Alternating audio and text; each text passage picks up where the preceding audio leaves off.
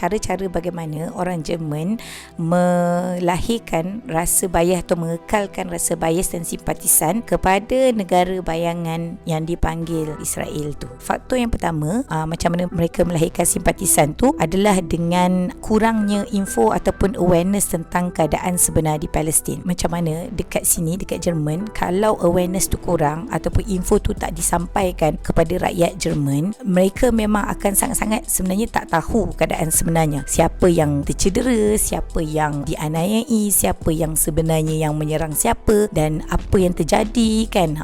Pelbagai benda lah yang akan menyebabkan diorang tak dapat tahu info yang sebenarnya. Yang keduanya adalah bias yang dilakukan oleh media-media outlet. Ini adalah klasik strategi di western countries, especially kalau country-country tu dia merupakan ally kepada rejim Zionis Israel kan. So kalau kat Jerman ni, kalau kita tengok ZDF, RTL, macam-macam lagi lah media outlet dekat Jerman, mereka ni sangat bias. Mereka memang kadang-kadang menggunakan perkataan-perkataan macam instead of kita panggil occupied territory, dia panggil disputed territory. Dan bila rakyat-rakyat Jerman ni yang tak tahu sangat cerita pasal keadaan sebenar dekat Palestin tu, dia orang akan macam kejamnya Hamas, kejamnya rakyat Palestin. Sedangkan kalau kita tengok kan, tahun ni sahaja sebelum Taufan Al-Aqsa tu, kita tengok hampir 200 kematian rakyat Palestin yang disebabkan oleh sama ada rejim Zionis Israel itu sendiri, soldier-soldier dia orang ataupun pendatang-pendatang haram. So benda-benda macam ni tak sampai sebenarnya kat sini disebabkan benda ni bukannya benda yang dekat dengan hati mereka. Maksudnya kalau kita sebagai orang Muslim, kita anggap benda tu sebagai salah satu daripada cabang iman kita kan. Tapi kalau untuk orang di sini tidak begitu. Jadi mereka akan sentiasa rasa macam kasihan lah kepada orang-orang yang kononnya diserang ni. Yang ketiganya adalah mengekalkan rasa simpatisan ni melalui tourism. Kalau korang perasan kat Jerman ni, dia orang kekalkan camp concentration dan jaga dengan baik. Saya pun pernah pergi sebenarnya sekadar untuk tahu. Tapi sebenarnya secara tak langsung, camp concentration ni dia adalah salah satu propaganda untuk menghasilkan bias dan rasa simpatisan kepada orang-orang Yahudi dan juga membenarkan sebenarnya usaha-usaha untuk mengekalkan negara Israel tu. So macam mana korang bayangkan, diorang kalau macam kita tengok dekat kedai-kedai macam Lidl, Aldi kat sini, diorang akan ada leaflet yang mana diorang promokan tempat tu sebagai tempat tourism lah. So memang cantik, murah sebenarnya nak pergi ke Tel Aviv. So memang kat situ bila orang dah pergi ke sana, orang akan rasa keindahan tempat tu, kecantikan tempat tu, macam mana orang-orang kat situ, makanan dia dan sebagainya. So somehow bila tempat tu contohnya dibom ke, diserang ke apa kan, bayangkanlah dengan kurangnya info diorang dengan keadaan sebenar, diorang akan jadi macam kenapa nak kena serang. Secara tak langsung diorang akan menyokong negara tu disebabkan rasa simpatisan yang ada, tambahan pula dengan bias-bias yang ada lah.